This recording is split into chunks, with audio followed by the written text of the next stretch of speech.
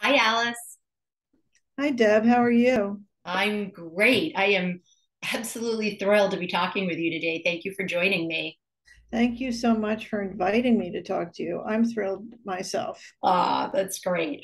Well, all of you know that I think it was on Saturday, I posted my review to Alice's new book, Fellowship Point, and I got so many lovely comments all across the board from oh my gosh, I'm definitely going to read that now, to oh my gosh, what a beautiful cover, to I just read this too, it is incredible. So you definitely struck a chord with this. I will open by saying that I have to comment because I didn't put this in my questions, but this cover, I have to ask, was this a photograph of yours?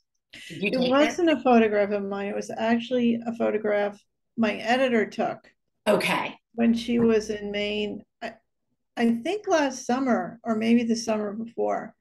I had a painting that I liked, and this is very much in the same mode as the painting, but it's Yeah, brighter. people can You see. know, it's a brighter cover. Yeah, it's very beautiful. Yeah, I've said my brother, well, my mother and my brother both live in Maine, and he lives in Mount Vernon and like right on a lake. This looks exactly like it. I have to show it to him, but it's absolutely stunning. So, Oh, that's um, wonderful. well, let's open with having you give a brief synopsis of Fellowship Point, what the book is about.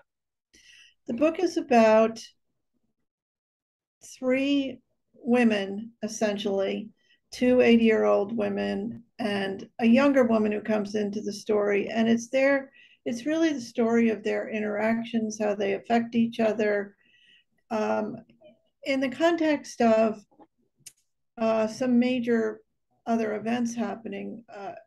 The two older women own a point of land in Maine called Fellowship Point, and they've learned that developers are eyeing this land and they're kind of waiting for them to die. Basically, they're old and they think like, well, we'll see what happens here. And so they're trying. One of them, Agnes, who's really more or less the protagonist, although Polly's given equal room, but Agnes is the the driver of the plot. She's very determined to break the fellowship agreement that has existed on the point since 1870.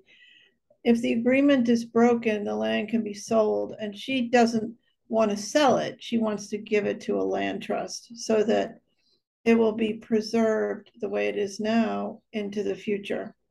And so she can not have to worry about what's going to happen to it.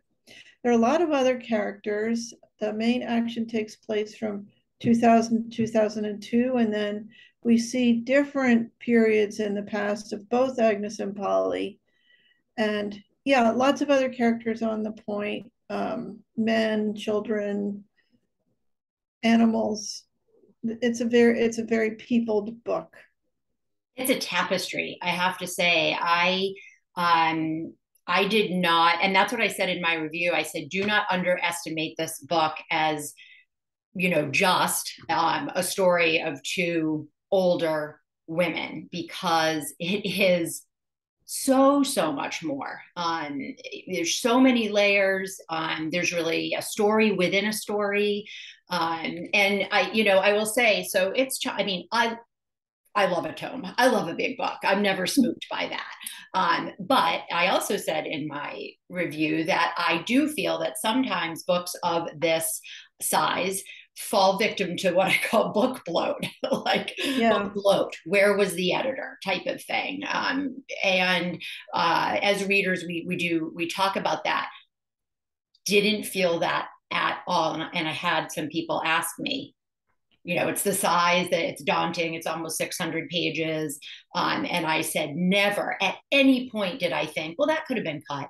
Well, that could have been cut.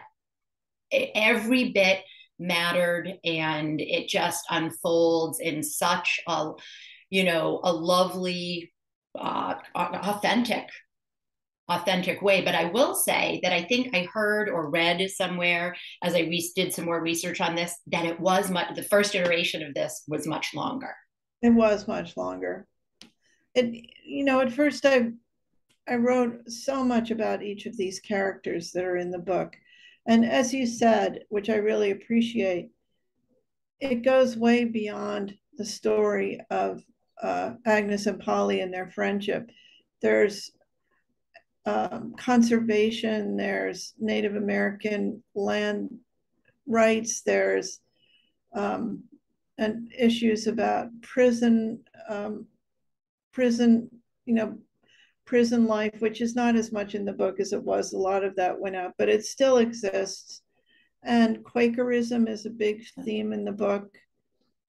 Many themes.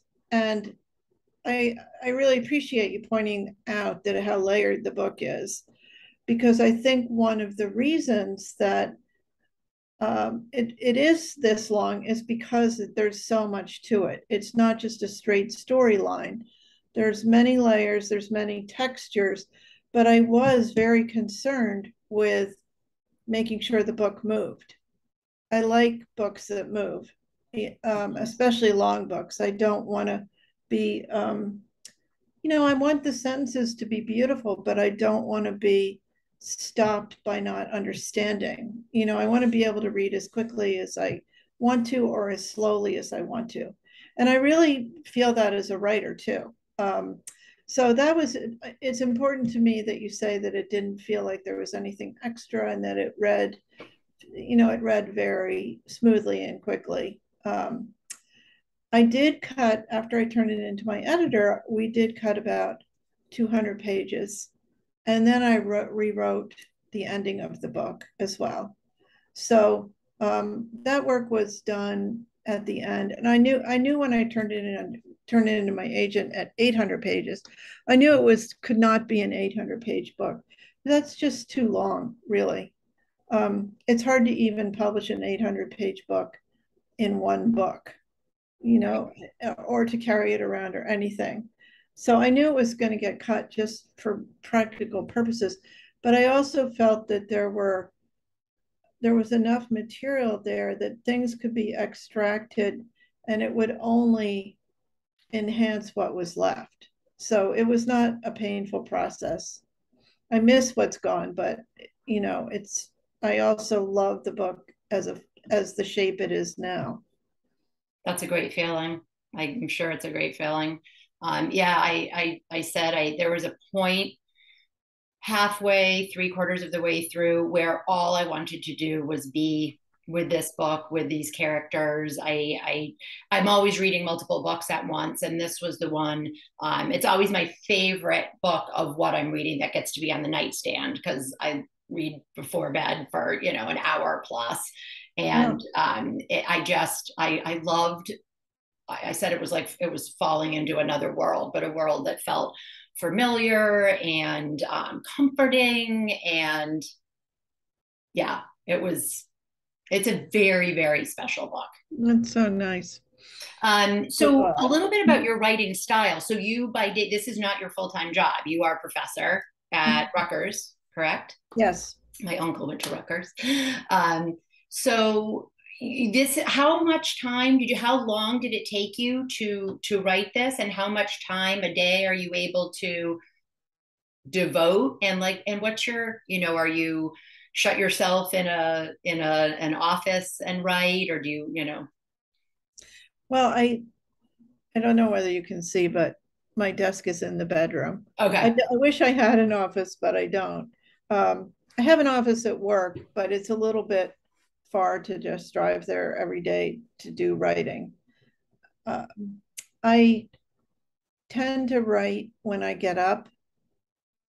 Shortly after I get up, I usually get up around 5 because I have feral cats outside, and Me too. I know they're hungry and they're waiting for me. So I get up and then I look at the New York Times online. I look at emails and so on. And then after about a half an hour of that, I start to write, and I try to write for a couple of hours. If I have a busy day, if I have a not busy day, I go back and forth all day.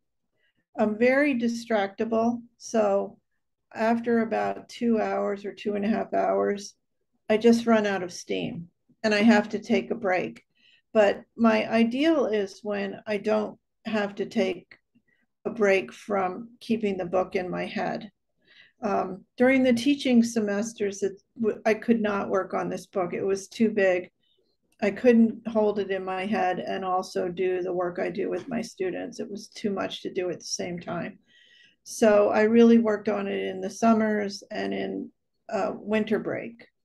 And I had a couple of sabbatical semesters during the time I was working on this book. I had two, I think. And so during those times, I was able to work on it. Now I'm hoping the new book that I'm working on, I'm really hoping that I can work on it every morning, at least for an hour. Well, But I yay, am a writing daily another book. writer. What? Yeah, I said I'm yay. writing another book. I am a daily writer, even if it's 15 minutes, and even if it's unrelated to anything. I just am a little bit addicted to it, I suppose.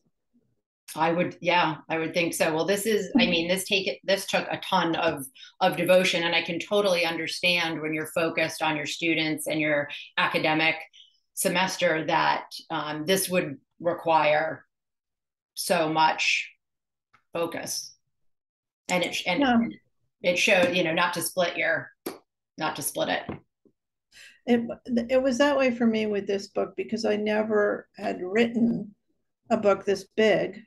It was trying a whole new form, which was talking to a 19th century style novel, thinking about how those novels were shaped and the subplots and how the subplots fit into the main plots, and just doing a lot more plotting and layering than I'd ever done or ever thought I would do. I was a poet till I was 30, and I honestly never in a million years thought I'd be writing a big book like this. But I was learning the form as I was working on the book, and it really did require full concentration. So, and I don't, just as when I had a child, I have one child, I didn't like to work when he was around Mm-hmm. because it would make him mad, for one thing. And for another thing, it was just splitting my attention too much.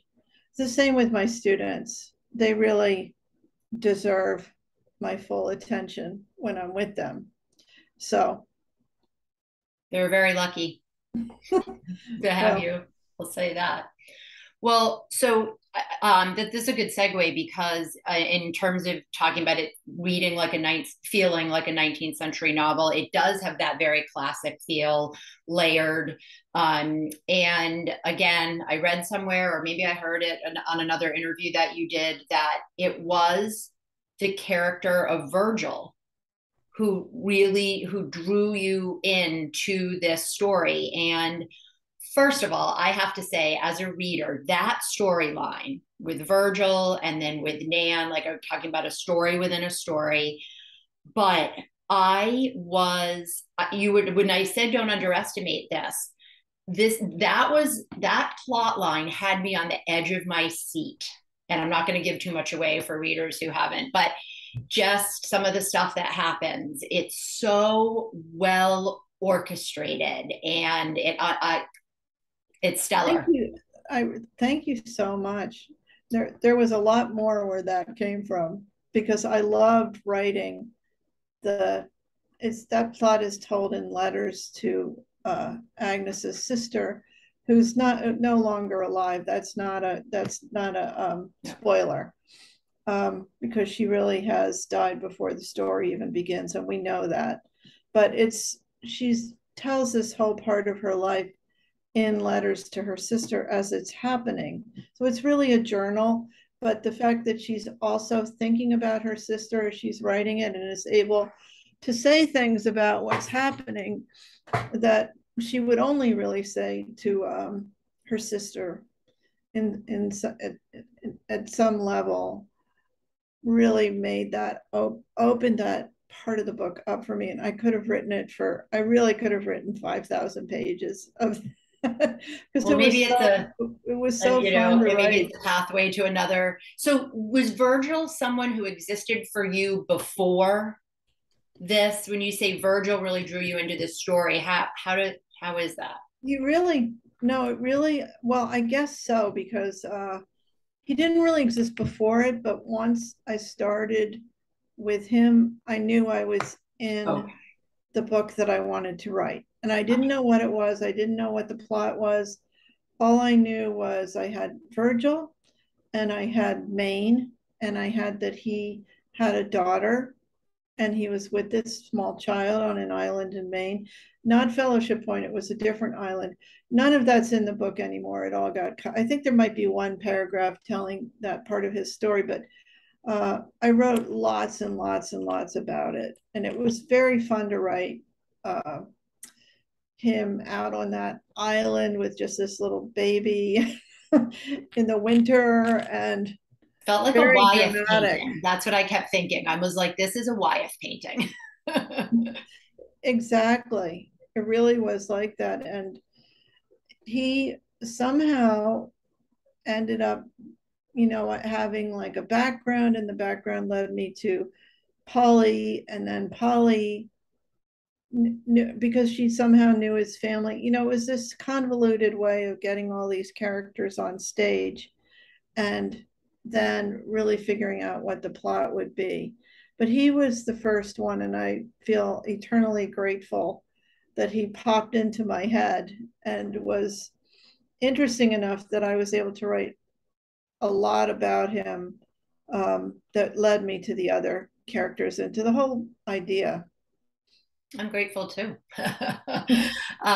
So another thing that struck me about this book, and that I've mentioned to a lot of people when they say, "Tell me more about what you loved," is the way that you handled aging.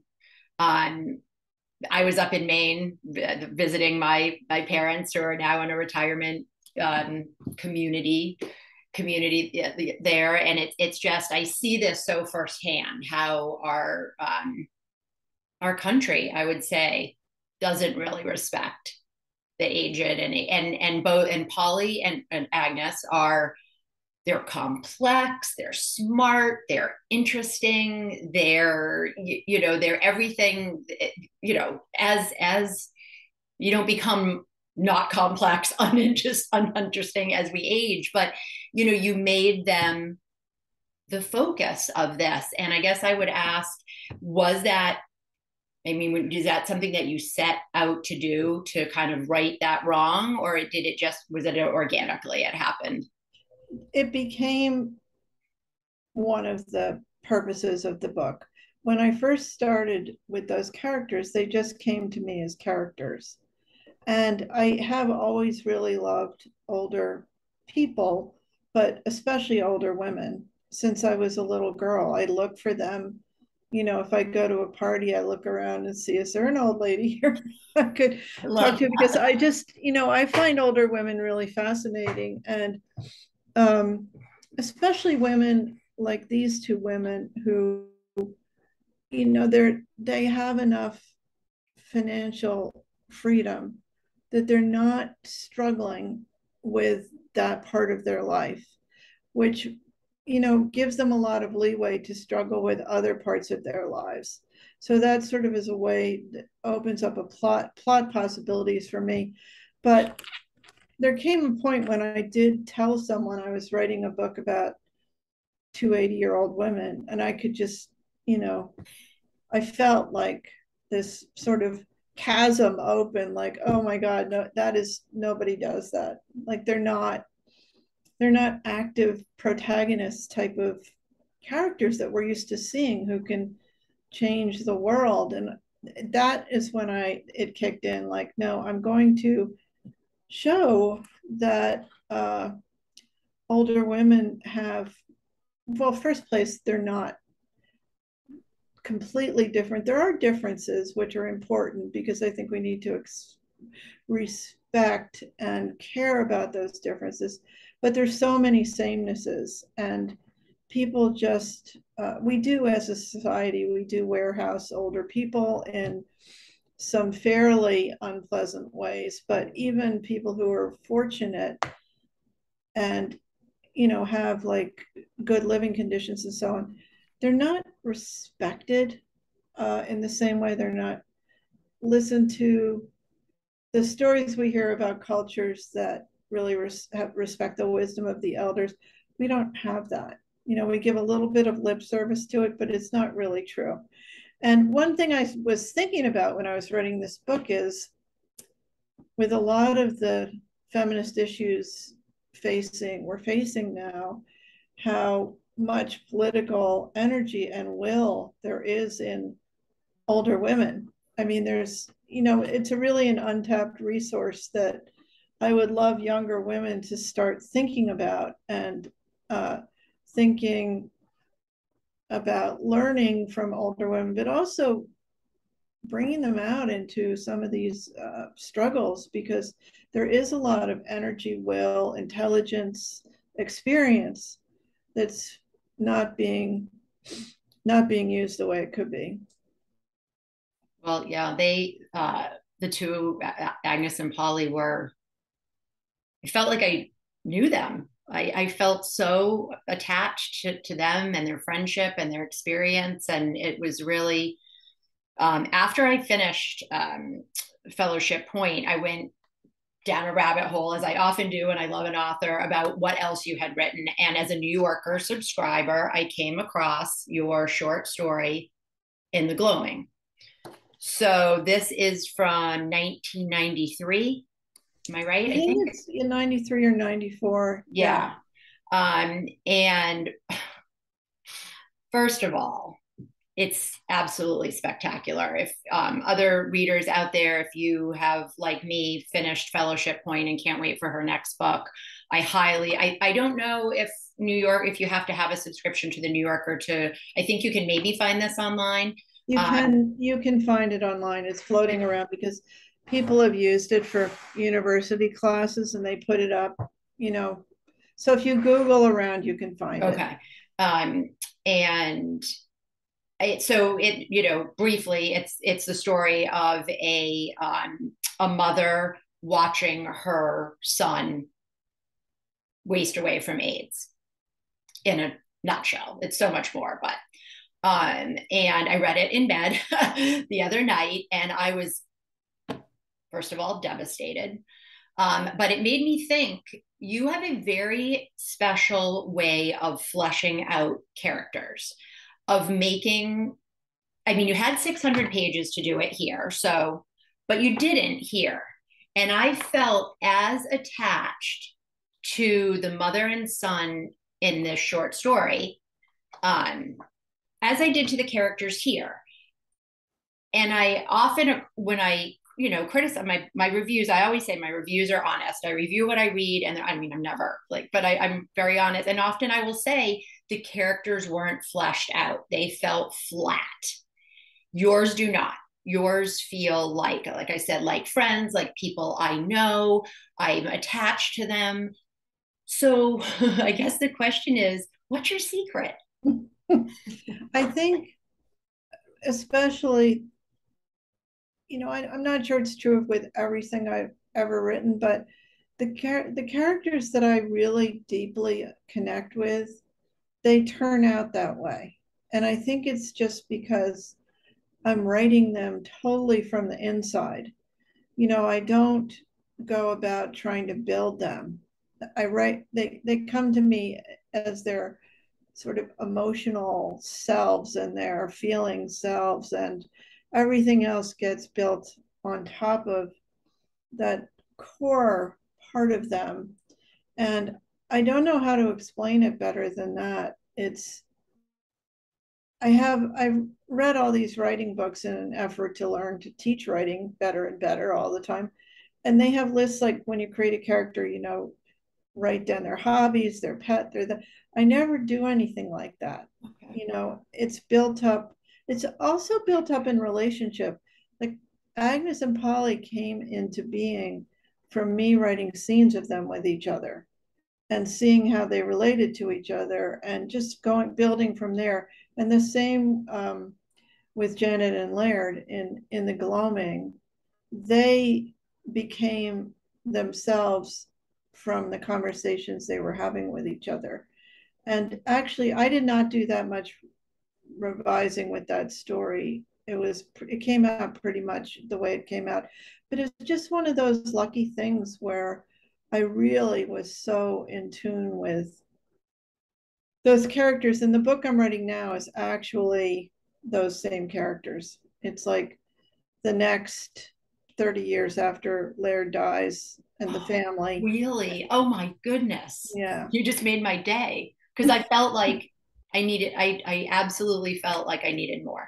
I didn't mean to interrupt you, but that's No, well, thank you so much. I was not done with those characters either, and I've been thinking about them and writing little scenes with them, and more characters come in, more family members and grandchildren, and so more people come into the story, but it just, yeah, I'm still compelled by that, so I'm back in it. I've subscribed to the New Yorker for many years, on and off. Sometimes I say, "Oh, I can't keep up," and I stop, and then I go back to it. But I mean, that's in my top five easily stories I've ever read. Thank you So so much. I really appreciate that.